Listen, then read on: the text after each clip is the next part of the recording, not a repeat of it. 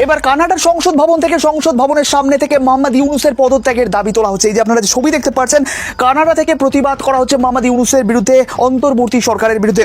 সেক্ষেত্রে এই যে ছবিটা আপনারা দেখতে পাচ্ছেন, মোহাম্মদ ইউনূসকে ক্রস করে দেওয়া হয়েছে এবং এরই সাথে বিভিন্নভাবে প্রোটেস্ট করা হচ্ছে। মাত্র কিছুক্ষণ আগে বাংলাদেশে বিশেষ ফ্লাইটে অবতরণ করেছেন বেগম খালেদা জিয়া। জনাব তারেক রহমান এখনো দেশে আসেন নাই, আর তিনি যদি আসেন তাহলে পরিস্থিতি কোন দিকে যাইতে পারে। দ্য ডেমোক্রেট নামক একটি গণমাধ্যমে কিংবা সংবাদ মাধ্যমে একটি বিশেষ প্রতিবেদন প্রকাশিত হয়েছে। যিনি আমাদের সাবেক প্রধানমন্ত্রী ছিলেন শেখ হাসিনা, উনি বাংলাদেশের প্রধানমন্ত্রী হয়ে ফিরছেন কি ফিরছেন না এই বিষয়ে কিন্তু নানা ধরনের আলোচনা বা বিশ্লেষণ তারা তুলে ধরেছে। এনসিপি নেতাকে উত্তেজিত জনতার মারধর, হাসপাতালে পাঠালো পুলিশ। ফটোগ্রাফটা দেখে নিন। চ্যানেল 24 এই খবরটা নিশ্চিত করছে। বৈষম্য বিরোধী ছাত্র আন্দোলনের সমন্বয়ক এবং জাতীয় নাগরিক পার্টির কক্সবাজার যেই জেলা আছে, জেলার যিনি সংগঠক আছেন, তাকে কেন উত্তেজিত জনতা একত্রিত হয়ে গণধোলাই দিল অথবা তিনি এই হামলার শিকার হলেন? আসসালামু আলাইকুম এভরিওয়ান, কি অবস্থা সবার? আশা করছি সবাই ভালো এবং সুস্থ আছেন। প্রতিদিনের মতো আমি ফারুকি ইউটিউব চ্যানেলের পক্ষ থেকে সোয়াইব আপনাদের সাথে আছি। আপনারা ইতিমধ্যে ভিডিওর কিছু টাইটেল এবং থাম্বনেল এবং কিছু অংশবিশেষ দেখে জানতে পেরে গিয়েছেন ভিডিওটা কতটুকু গুরুত্বপূর্ণ হতে যাচ্ছে। আপনারা সম্পূর্ণ পুরো ভিডিওটি দেখলে বুঝতে পারবেন ভিডিওটা আরও কতটা তথ্যবহুল এবং গুরুত্বপূর্ণ। সো আশা করবো এক মুহূর্ত না টেলে সম্পূর্ণ পুরো ভিডিওটি আপনারা দেখবেন। সম্পূর্ণ ভিডিওটি শুরু করার আগে আপনাদের কাছে একটা অনুরোধ জানিয়ে রাখতে চাই, যারা আমাদের এই ইউটিউব চ্যানেলে এখনও নতুন তারা অবশ্যই সাবস্ক্রাইব করে একটা লাইক দিয়ে পাশে থাকবেন। সো চলুন শুরু করি, লেটস বিগিন। এবার কানাডার সংসদ ভবন থেকে সংসদ ভবনের সামনে থেকে মোহাম্মদ ইউনূসের পদত্যাগের দাবি তোলা হচ্ছে। এই যে আপনারা যে ছবি দেখতে পাচ্ছেন, কানাডা থেকে প্রতিবাদ করা হচ্ছে মোহাম্মদ ইউনূসের বিরুদ্ধে, অন্তর্বর্তী সরকারের বিরুদ্ধে। সেক্ষেত্রে এই যে ছবিটা আপনারা দেখতে পাচ্ছেন, মোহাম্মদ ইউনূসকে ক্রস করে দেওয়া হয়েছে এবং এরই সাথে বিভিন্নভাবে প্রোটেস্ট করা হচ্ছে। এক্ষেত্রে এই যে আরও একটা ছবি আপনারা দেখতে পাচ্ছেন, বলা হচ্ছে কয়েক হাজার মানুষ কিন্তু এই প্রতিবাদ মিছিলে অংশগ্রহণ করেছিলেন এবং তাদের মূল দাবি ছিল মোহাম্মদ ইউনূসের পদত্যাগ। সেক্ষেত্রে দেখুন, কানাডার মন্ট্রিয়াল ভিত্তিক মানবাধিকার সংগঠন global alliance against atrocity and violence on humanity, এবং এই মিছিলটা ছিল অনেকটাই শান্তিপূর্ণ মিছিল, যেখানে কিন্তু মোহাম্মদ ইউনূসের বিরুদ্ধে একাধিক স্লোগান তোলা হয়। কর্মসূচির মূল লক্ষ্য ছিল, স্ক্রিনের দিকে আপনারা ফলো করুন, বলা হচ্ছে বাংলাদেশে যে চলমান ইউনূসের যে অপশাসন, সেই অপশাসনের বিরুদ্ধে প্রতিবাদ করাই ছিল এদের মূল লক্ষ্য। সেক্ষেত্রে আপনাদের জানিয়ে দিই, আমেরিকা যুক্তরাষ্ট্রের বহু সংগঠন কিন্তু মানবাধিকার সংগঠন এদের প্রতিবাদকে সাপোর্ট জানিয়েছে এবং তারাও কিন্তু তাদের যে সোশ্যাল মিডিয়া অ্যাকাউন্টে, সেই অ্যাকাউন্টে এদের যে প্রতিবাদের চিত্রকে তুলে ধরেছে। সেক্ষেত্রে প্রতিবাদকারীরাই কানাডার এই সংসদ ভবনের সামনে থেকে জানান যে বাংলাদেশে প্রতিনিয়ত ডাকাতি, সন্ত্রাস, শিশু নির্যাতন, সংখ্যালঘু নারীদের উপর গণধর্ষণের মতো ভয়াবহ ঘটনা ঘটছে এবং এছাড়া যে রাজনৈতিক প্রতিপক্ষ এবং আওয়ামী লীগ সংশ্লিষ্ট ব্যক্তিদের উপর হামলা বাড়ছে, তার জন্য তার উপযুক্ত তথ্য প্রমাণ কিন্তু তারা তুলে ধরেন। আবারও বলবো, এই তথ্য প্রমাণ নিয়েই কিন্তু আমেরিকা যুক্তরাষ্ট্রের বহু সংগঠন, বহু মানবাধিকার সংগঠন তারাও কিন্তু সোশ্যাল মিডিয়াতে এইটা নিয়ে সরব হয়েছেন এবং মোহাম্মদ ইউনূসের বিরুদ্ধে কড়া মন্তব্য জ্ঞাপন করেছেন। বাংলাদেশের অন্তর্বর্তী, বিশেষত তারা সেক্ষেত্রে মোহাম্মদ ইউনূসের নাম না করেই বাংলাদেশের অন্তর্বর্তী সরকারের বিরুদ্ধেই বিষ উগড়ে দিয়েছেন। সেক্ষেত্রে দেখুন, কানাডা থেকে মোহাম্মদ ইউনূসের বিরুদ্ধে বাংলাদেশের অন্তর্বর্তী সরকারের বিরুদ্ধে যে প্রতিবাদ মিছিলটি করা হয়েছিল, তার সভাপতি মূলত দাবি করেছেন যে বাংলাদেশের অন্তর্বর্তী সরকার বা মোহাম্মদ ইউনূসের পদত্যাগ।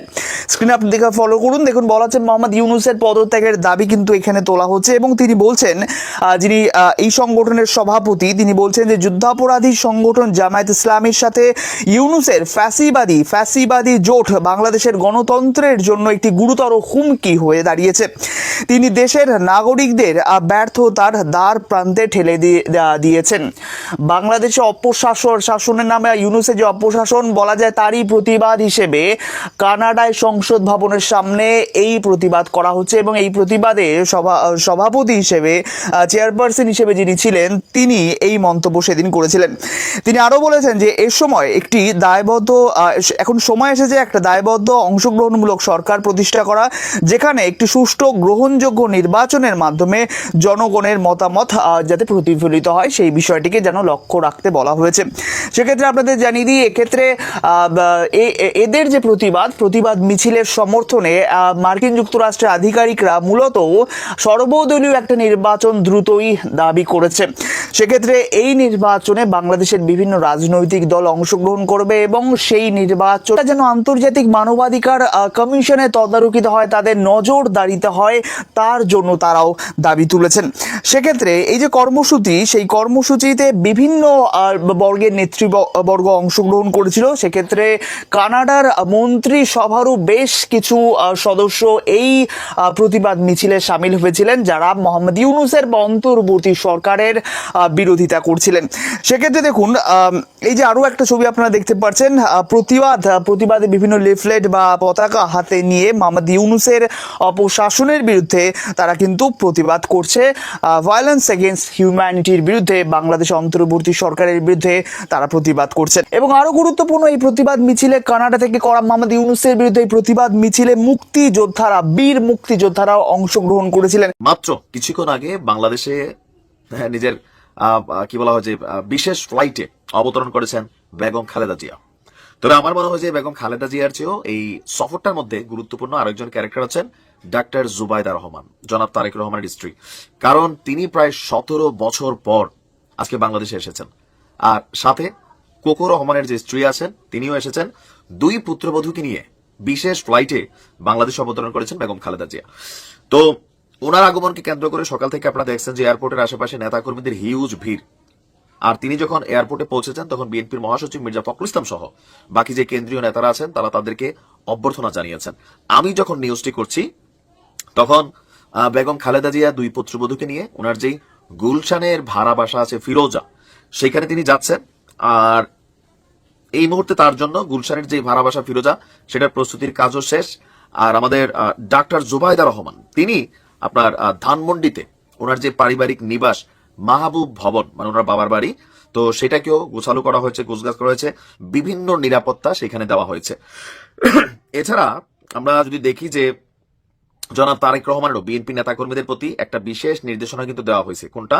যে জীবনের ঝুঁকি থাকায় জনাব জুবাইদাকে বিশেষ নিরাপত্তা দেওয়ার জন্য বিএনপির পক্ষ থেকে পুলিশের কাছে একটা চিঠি দেওয়া হয়েছিল। তো পুলিশও সেই নিরাপত্তার ব্যবস্থা করেছে। তবে জনাব তারেক রহমান নেতাকর্মীদের উদ্দেশ্যে একটা বক্তব্য দিয়েছেন যে তাকে নিরাপত্তা দেওয়ার নামে প্রতিবেশীদের, মানে তারা যেই বাসায় থাকেন আশপাশে যারা আছে, তো সেই প্রতিবেশীদের যেন বিরক্ত না করে, এজন্য দলীয় নেতাকর্মী সহ সংশ্লিষ্টদের তিনি নির্দেশ দিয়েছেন। কাতারের আমির Sheikh Tamim bin Hamad Al থানির দেওয়া বিশেষ এয়ার অ্যাম্বুলেন্সে করে তিনি গত 8ই জানুয়ারি লন্ডনে গিয়েছিলেন। আর এরপর প্রায় আমার মনে হয় যে 17 থেকে 25 জানুয়ারি লম্বা সময় মোটামুটি কাটাইছেন। তারপর তিনি এখন দেশে আসছেন। শারীরিকভাবে ওনার যে বক্তব্য আমরা দেখছি, ডাক্তারের বক্তব্য অনুযায়ী liver cirrhosis, kidney, heart, diabetes, arthritis সহ নানান জটিলতায় ভুগছিলেন। আর সকল কিছুর মোটামুটি একটা ভালো চিকিৎসা শেষে তিনি বাংলাদেশে ফিরেছেন। আর সারা বাংলাদেশ থেকে এই মুহূর্তে ঢাকাতে বিভিন্ন উৎসুক নেতাকর্মীদের আনাগোনা গণমাধ্যমে আপনারা দেখতে পাচ্ছেন। আর তিনি তার এই সফর সম্পর্কে বিশেষ ব্রিফ করা হবে তার দলের পক্ষ থেকে।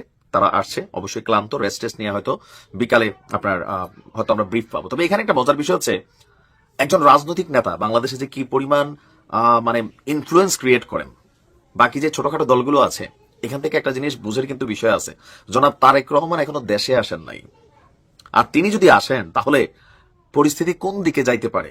মানে আমরা এই কথাগুলো এখানে বলছি নির্বাচন সহ বিভিন্ন ইস্যুতে বিএনপির সাথে এনসিপি বা বাকি দলগুলোর যে ছোটখাটো পাঙ্গা এখান থেকে একটু তো বুঝে নেওয়া উচিত যে বাংলাদেশের রাজনীতিতে কিছু পরিবারই ভাই ক্ষমতায় না থাকলে ওনাদেরকে নানানভাবে হেনস্থা করা হয়, মামলার আসামি করা হয়, দৌড়ের উপর থাকে। তারেক রহমান দেশের বাইরে ছিলেন, আজকে ওনার বউ আসছেন, দেখছেন তো এয়ারপোর্ট থেকে ফিরোজা পর্যন্ত রাস্তায় হাজার মানুষ, হাজার না আমরা লাখ মানুষ। আর মেইন ক্যারেক্টার যিনি তিনি আসলে কি হবেন, তারা কোনো সমাবেশ করলে কি হবে, এটা একটা মেসেজ কিন্তু তৈরি হচ্ছে। সেই আওয়ামী লীগের বেলায়ও আজকে শেখ হাসিনা দৌড়ের উপর আছে। বাংলাদেশের রাজনীতির ইতিহাস ভিন্ন কথা বলে যে কখনো পরিস্থিতি পরিবর্তন হলে একই ক্রেজিনেস আপনি দেখতে পাবেন। এনসিপি নেতাকে উত্তেজিত জনতার মারধর, হাসপাতালে পাঠালো পুলিশ। ফটোকার্ডটা দেখে নিন। চ্যানেল 24 এই খবরটা নিশ্চিত করছে। সেখানে যেটা হয়েছে যে এনসিপির এক নেতা তার হ্যাচারিতে কর্মরত আকবর নামের এক কর্মীকে মারপিট করে তাকে মেরে ফেলেছে, তাকে হত্যা করেছে, এবং সেই ঘটনার প্রতিবাদে বিক্ষুব্ধ এলাকাবাসী সেই এনসিপি নেতাকে পিটিয়ে হাসপাতালে পাঠিয়েছে। আবার এনসিপির সঙ্গে সাধারণ মানুষের কিংবা অন্যদের যে বৈষম্য হচ্ছে, নিরাপত্তার প্রসঙ্গটা নিয়ে আর একটা কথা রয়েছে, সেটা পরে বলছি। বৈষম্য, নিরাপত্তা চাওয়া, নিরাপত্তা কাদের দেওয়া হবে কাদের দেওয়া হবে না, এরকম ব্যাপারও যখন হচ্ছে, বৈষম্যের প্রসঙ্গ আসছে, এবং তখনই একটা ব্যাপার আসছে। সম্প্রতি একজন ইমাম রইসউদ্দিন, সুন্নি মতাদর্শের ইমাম, তিনি জেলখানায় মারা গেছেন। তাকে গাজীপুরে নির্যাতন করে, চুল কেটে, জুতার মালা দিয়ে মারধর করে পুলিশে সোপর্দ করা হয় বিভিন্ন অভিযোগে, এবং সুন্নি মতাদর্শের ইমামরা বলছেন এই অভিযোগগুলো ভিত্তিহীন। তাকে জেলখানায় দেওয়া হয়, থানায় দেওয়া হয়, থানা আদালতে প্রেরণ করে, আদালত জেলখানায় প্রেরণ করে, এবং জেলখানায় তার মৃত্যু হয়। একজন ফেসবুকে লিখেছেন, আলমগীর এমডি মাহফুজুল্লাহ ফরিদ, আপনারা ফটোকার্ডটা দেখে নিতে পারেন।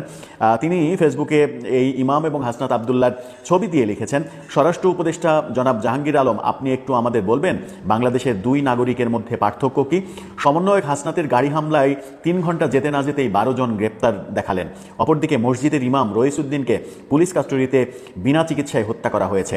1 সপ্তাহ পরেও গ্রেপ্তার তো দূরের কথা, মামলা পর্যন্ত নিচ্ছেন না। রইসউদ্দিনের স্ত্রী করা মামলা এখন পর্যন্ত পুলিশ নেয়নি, এমন অভিযোগ রয়েছে। এই পার্থক্য কিসের? জাতি জানতে চায় নাকি ইমামদের এদেশে কোনো মূল্য নেই?